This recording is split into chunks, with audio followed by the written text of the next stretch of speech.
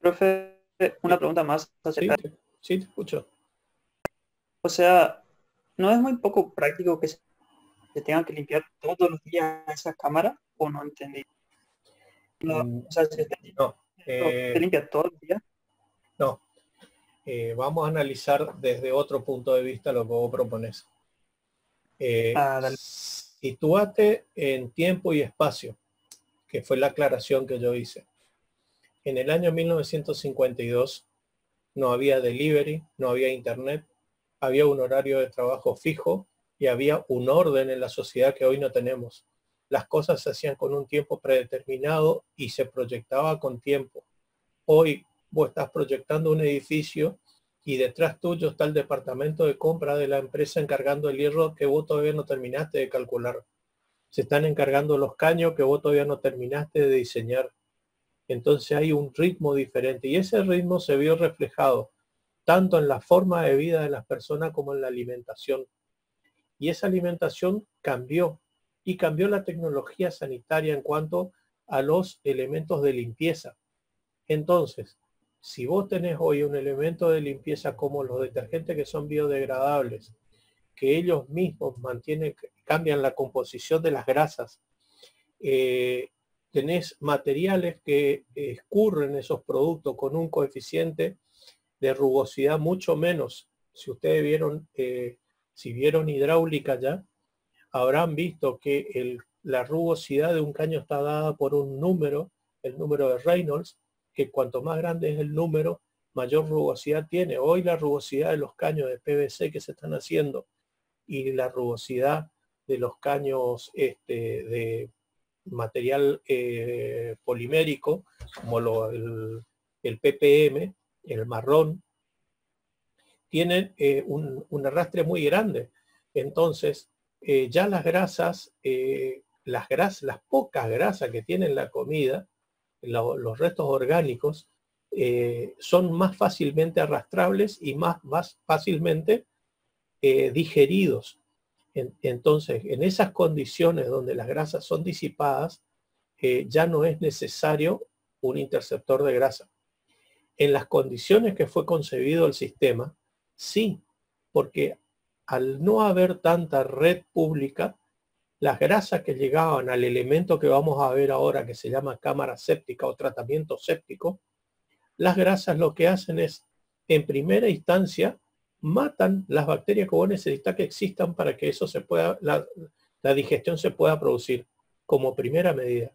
Y como primera medida, ¿qué, eh, ¿qué pasa en un suelo poroso cuando vos le entras a poner un material impermeabilizante?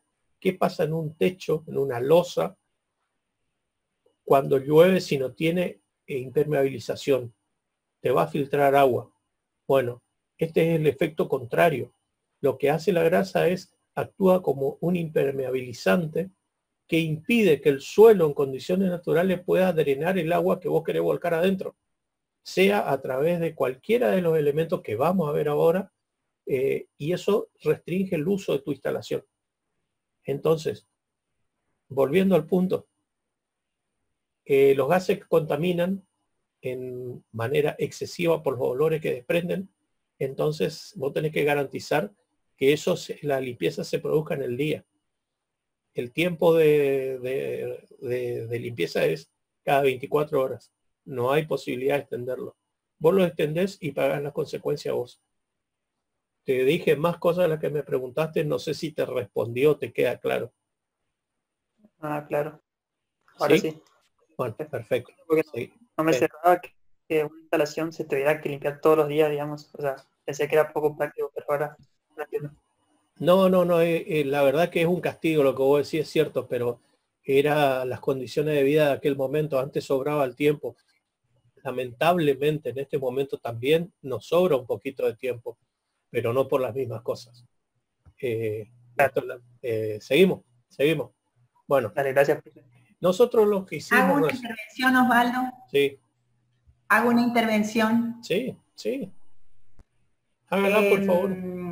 Lo que quería decir es que actualmente el interceptor de grasa no se utiliza en hogares pero sí es necesario, como les dijo el ingeniero al principio, en todo lo que sean grandes cocinas, o sea, cocinas de hospitales, de escuelas, de restaurantes. Y en este momento, al menos acá SAMEP lo está haciendo, SAMEP exige la existencia de un interceptor de grasa cuando hay una casa de comidas. Entonces, de esa manera, el restaurante que está instalándose tiene que instalar también un interceptor de grasa antes de que los efluentes lleguen a la colectora cloacal. SAMEP realiza la inspección cuando está por habilitarse el local y lamentablemente creo, según lo que me dijeron algunos que trabajan ahí, que lo que falla es el control del mantenimiento. Entonces SAMEP tiene muchas dificultades porque en inmediaciones, en lo que es el tendido cloacal de inmediaciones de algunos restaurantes que no limpian sus interceptores, tienen muchas dificultades porque se les tapa permanentemente la colectora cloacal. Entonces, es evidente que el interceptor es necesario en ese tipo de instalaciones donde hay donde se cocina mucho, al margen de que, como les dijo el ingeniero, en este momento tenemos los detergentes biodegradables y además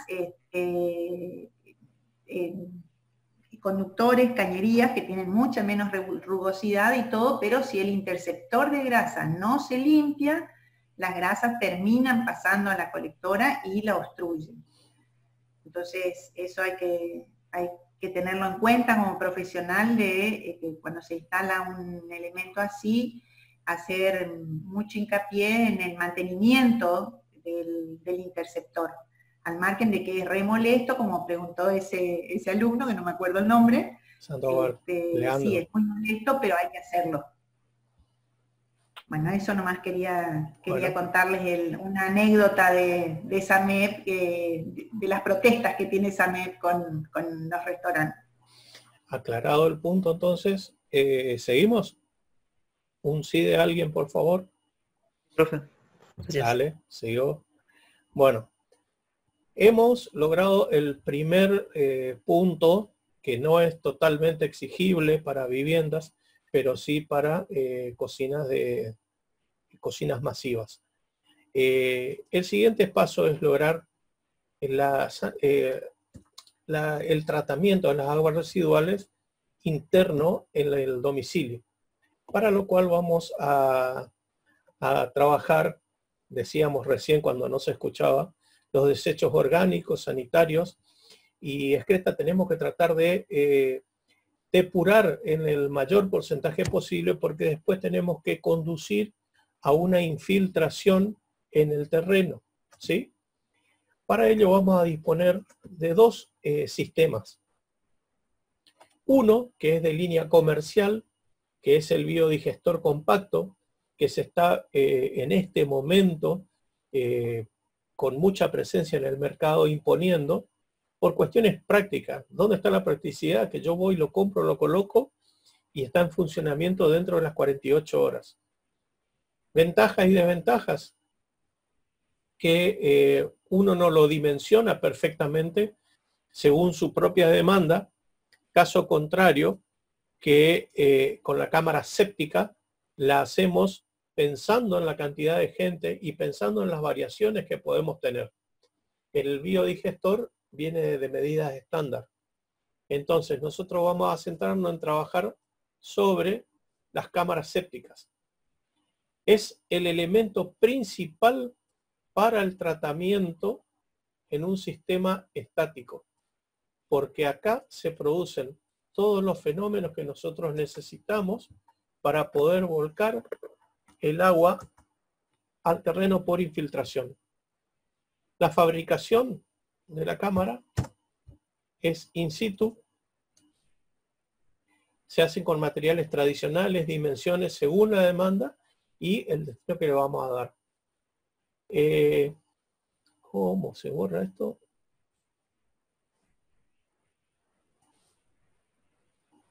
Ahí está. La cámara séptica, vamos a ver en principio dos imágenes básicas para determinar cuáles son los materiales. Acá vemos en el biodigestor compacto, es un tanque tal cual los tanques que usábamos de reserva y de bombeo de material plástico, el cual se entierra en el terreno y tiene completo, viene con todo el sistema de válvula, todo integrado. Este es un biodigestor compacto de la marca Rotoplas con el que hemos pedido la autorización para poder usarlo. En el caso de las cámaras sépticas, son construidas in situ de ladrillos comunes, se le hacen revestimientos impermeables, dentro en un pozo se hace una losa de fondo que también es impermeable y se le da una leve pendiente hacia el punto de tapa de control. Nosotros tenemos que preocuparnos de poder acceder para hacer las limpiezas periódicas.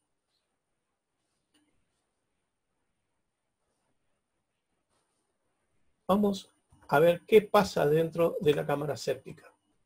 En la cámara séptica dijimos que nosotros tenemos que preocuparnos por depurar en el mayor porcentaje posible el líquido afluente para tener un efluente en condiciones mínimamente tóxicos o contaminantes. En esta cámara se van a producir tres procesos. Se produce un proceso físico, un proceso biológico y un proceso químico. En el proceso físico tenemos un proceso de decantación basado en la teoría de Hazen-Stock, que si les interesa pueden recurrir, hay un apunte de la Facultad de Ingeniería de la UBA, de la materia de Ingeniería Sanitaria, donde están los procesos, la teoría de Hazen-Stock bien detallada. Los procesos que es para decantar la parte sólida, la parte más pesada.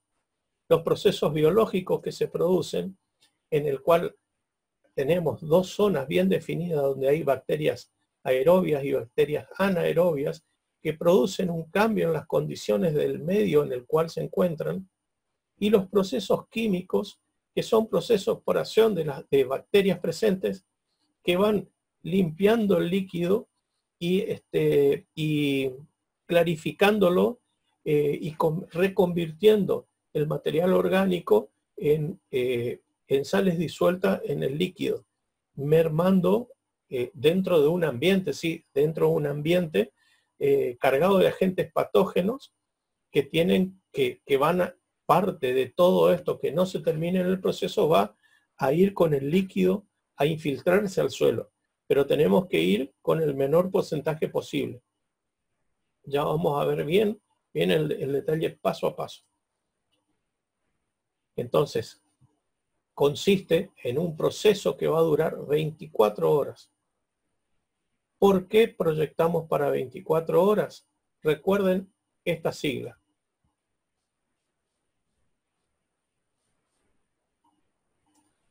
¿Se acuerdan qué es? Es la reserva total diaria que nosotros proyectamos del líquido que debe usarse en la vivienda. Y tiene una relación muy estrecha con el proceso que nosotros tenemos que hacer de eliminación. Si la casa se usa tal cual fue proyectada en esas 24 horas, nosotros vamos a tener el problema de que si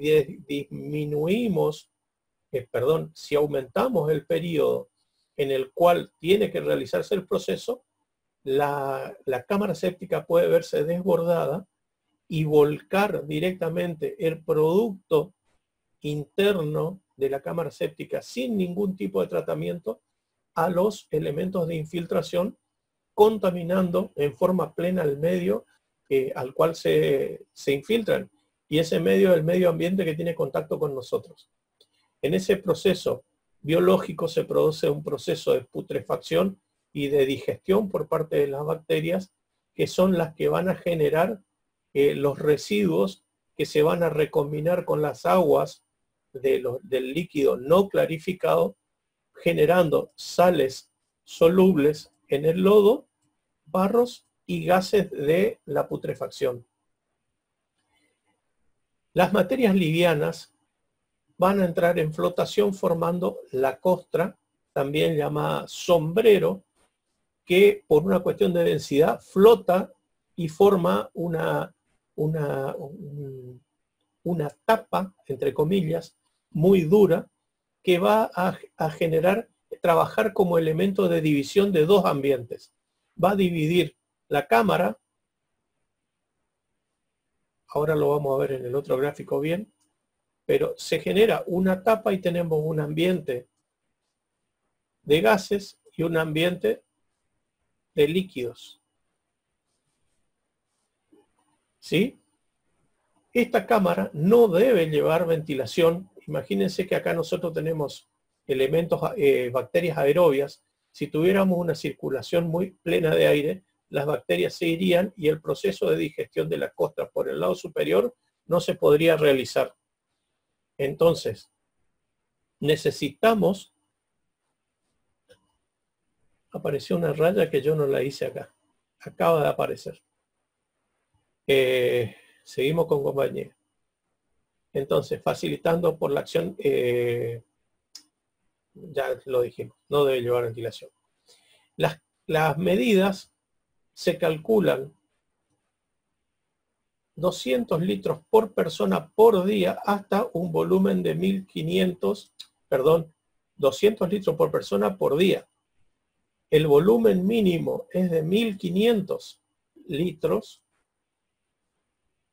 Si yo supero los 1500 litros, o sea, si tengo 4 personas, debería poner 4 por 2, 800 litros, pero el volumen mínimo es 1500. Entonces, si tengo menos de 7 personas, voy a poner 1500 litros. ¿Se entiende? Excediendo los 1500 litros para la cantidad de personas se adhieren 150 litros por persona por día.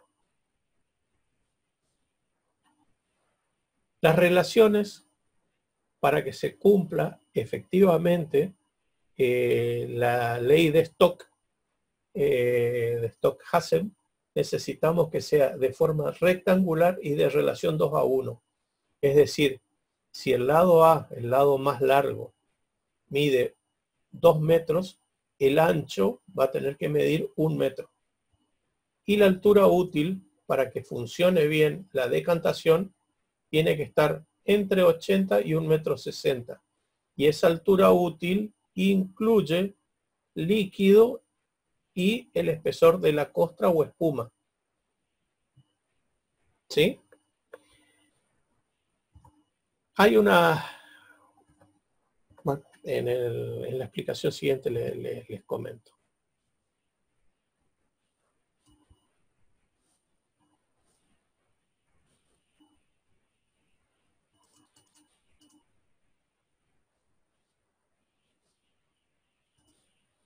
En un esquema básico, este esquema es el que está en el apunte, en el libro de la cátedra, tenemos el corte de la cámara séptica.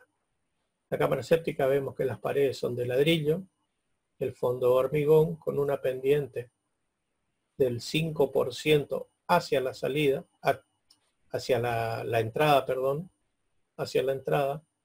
El desnivel entre la entrada y la salida tiene que ser de 5 centímetros para asegurar que ni bien comienza a caer el líquido, ya comienza el desborde por el lado contrario, por la salida. Vamos a ver qué procesos se producen allí. Profe, ¿Sí? ¿puede marcar los 5 centímetros? Porque no me quedó claro eso. Ah, ahí está marcado, ahí veo, perdón. ¿Seguro? Sí, ahí vi. No, vamos a ver si lo puedo hacer con una línea recta, es más fácil. Este es el nivel de entrada y este es el nivel de salida. Son paralelos, ¿ves? Esta distancia entre este y este es el que me va a dar 5 centímetros. ¿Se entendió? Sí, perfecto. Listo. Gracias. Bueno, habíamos hablado recién de el proceso de Hazen-Stokes, ¿sí?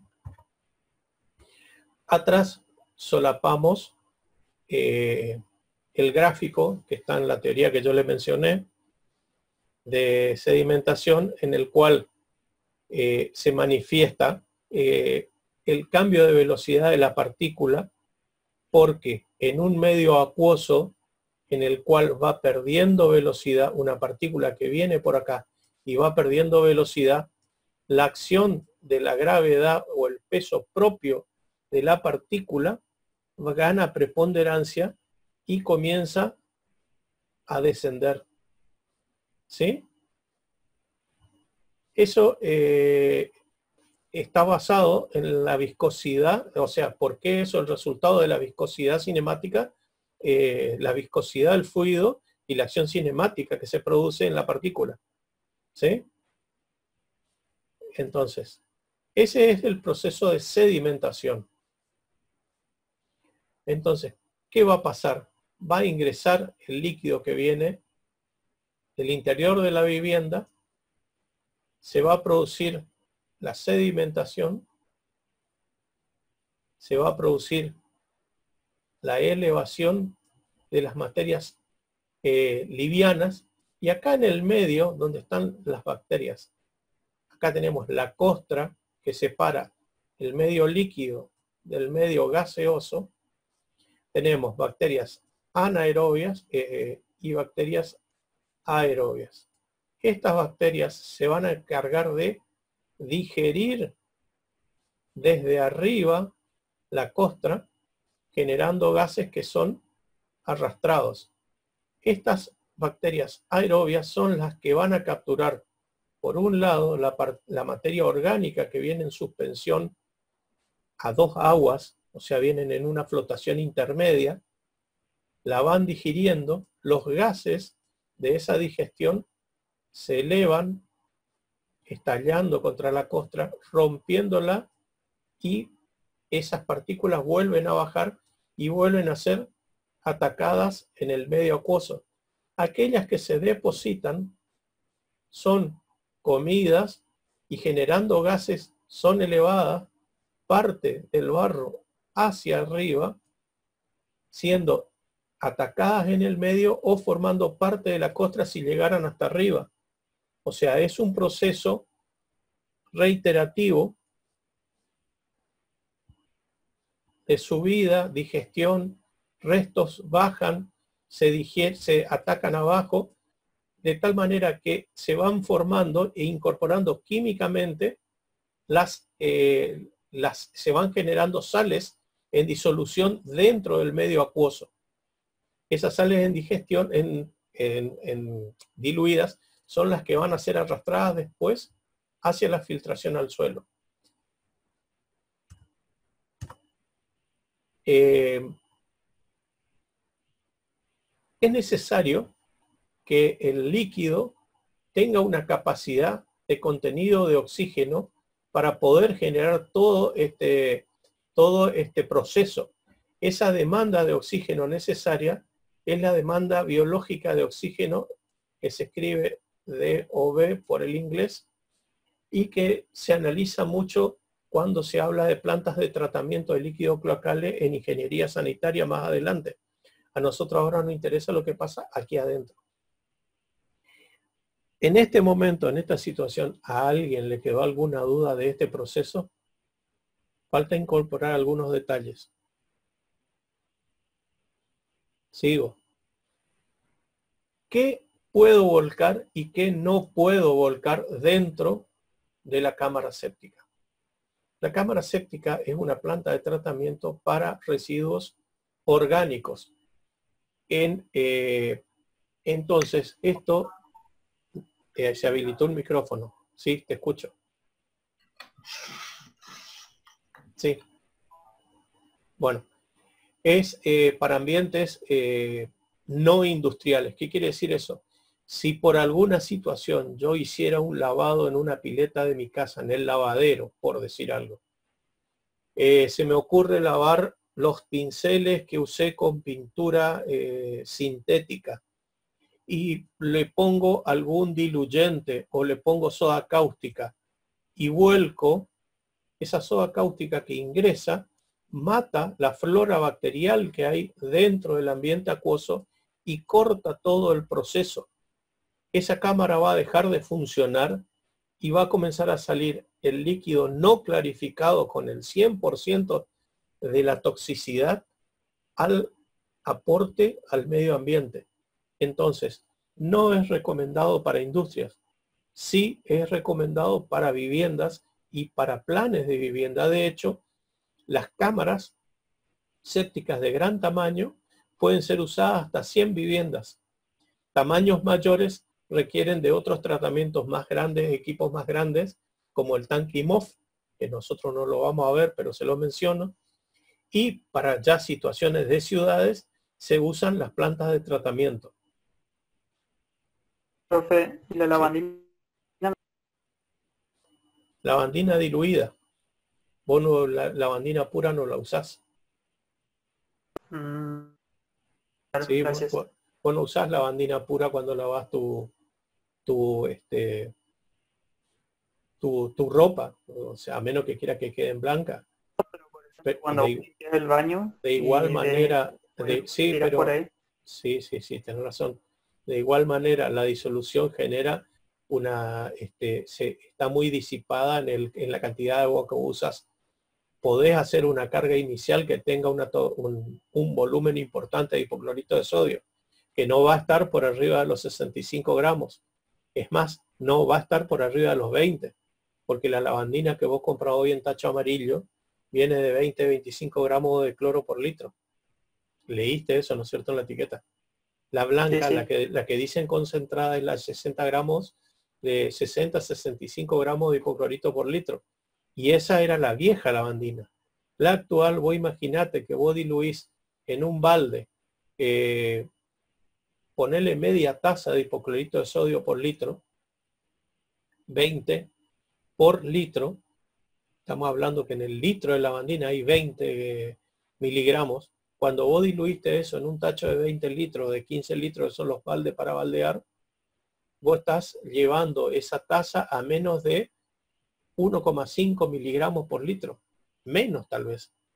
O sea, la disolución que vos generás es tan baja que no le va a afectar. ¿Se entiende? Sí, profe. Gracias.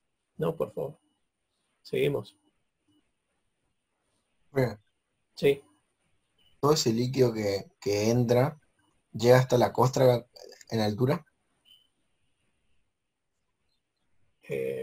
No te entiendo la pregunta, pero voy a tratar de explicarte acá para que se entienda.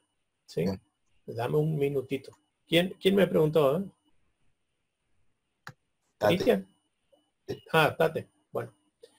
No, creí que era el otro profesor que quería acotar. Perdón. Bueno.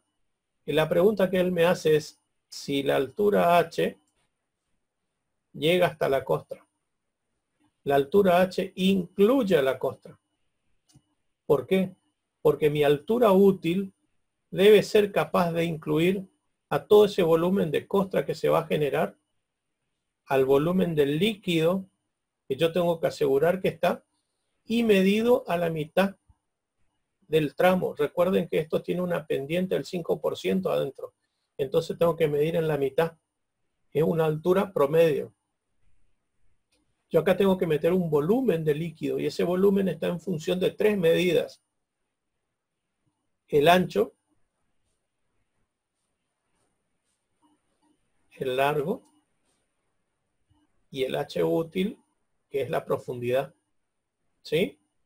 El H' es la distancia que yo voy a prever al calcular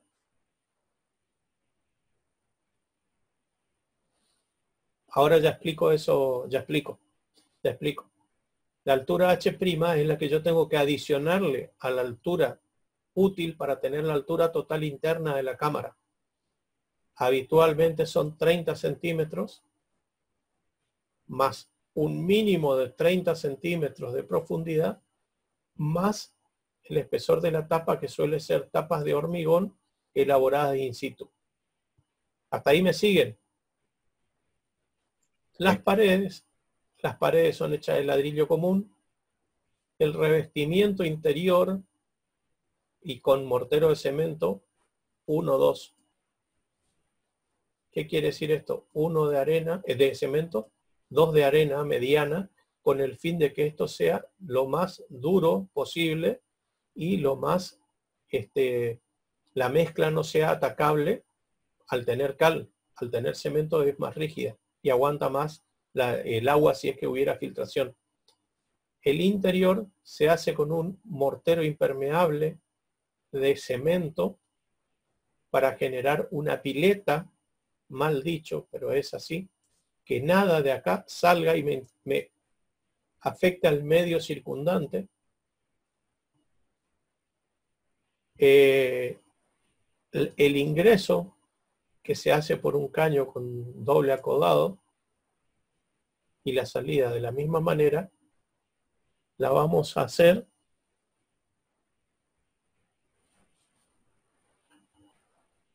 a 30. Este punto de entrada va a ser, respecto del de salida, 5 centímetros de diferencia. O sea, si yo a este le hago de 35, este va a ser de 40. ¿Se entiende? Entre la entrada y la salida yo tengo que tener 5 centímetros de diferencia. ¿Por qué? Porque yo necesito que ni bien ingresa, lo que es liviano suba. Y no que por arrastre venga, si este estuviera por acá arriba, alguna partícula medianamente liviana pueda hacer este recorrido parabólico, ascender y salir sin tener posibilidades de haber sido atacada en el medio, elevada por diferencia de peso o arrastrada al fondo por partículas más pesadas. ¿Se entiende? Yo tengo que generar un ambiente en el cual se retrase lo más posible el desplazamiento de una partícula de ingreso hasta la salida, desde su concepción, su ingreso, perdón, no concepción. Vamos a entrar en una discusión ahí. Desde su ingreso como materia orgánica o materia en descomposición a un proceso de salida como materia digerida. Y la sección cuadrada porque responde a tener la menor posibilidad de tener aguas muertas, ¿sí? Que son las aguas donde la velocidad, lógicamente, aquí es mucho mayor que aquí y mucho mayor que aquí. Por una cuestión hidráulica, por la forma de la caja. ¿Se entiende eso? Respondo a la pregunta de Juan. Juan Pujol pregunta por cómo se remueve el barro que se formó acá y la costra. La cámara, dijimos que acá tiene una profundidad de 30 centímetros. En ese recorrido se deja una tapa de 60 por 60 para poder remover la primera tapa, que es una tapa común como la cámara de inspección, y abajo tiene una tapa sellada para que no salgan olores, no se escapen las bacterias anaerobias, y que se sella con mezcla de cal en este lugar, en toda la periferia, para evitar la salida de gases. La limpieza, el periodo de limpieza se diseña. El volumen de líquidos, el volumen de barros, se calcula. Ambos en función de la cantidad de habitantes y en función del tiempo que yo quiero demandar para hacer el tratamiento del mantenimiento de la cámara. Lo recomendable es entre 1 y 2 años. Más que eso, produce tanto barro que acelera el escurrimiento de líquidos. Menos de eso produce una aceleración, o sea, las dos cosas son negativas. ¿Por qué? Porque el líquido que nosotros vamos a sacar acá va a salir con una coloración oscura, olor fétido intenso, que nos va a decir la cámara no está funcionando. Según algunos autores, voy a decir lo que digo todos los años, pero esto por favor tómenlo con pinza, porque el año pasado dijeron algo parecido. Hay autores que dicen que es tan baja la toxicidad del líquido de salida, si esta cámara funciona perfecta, que está por debajo del 2% de toxicidad. O sea, es tan bajo, según ese autor, que esto podría ser tomado. Yo no lo haría, pero ni aunque me pagaran. Pero dice que podría ser tomado. Beber no quiere decir, no es igual a que esto sea potable. Esto es insalubre, no es potable y yo no les sugiero que lo prueben.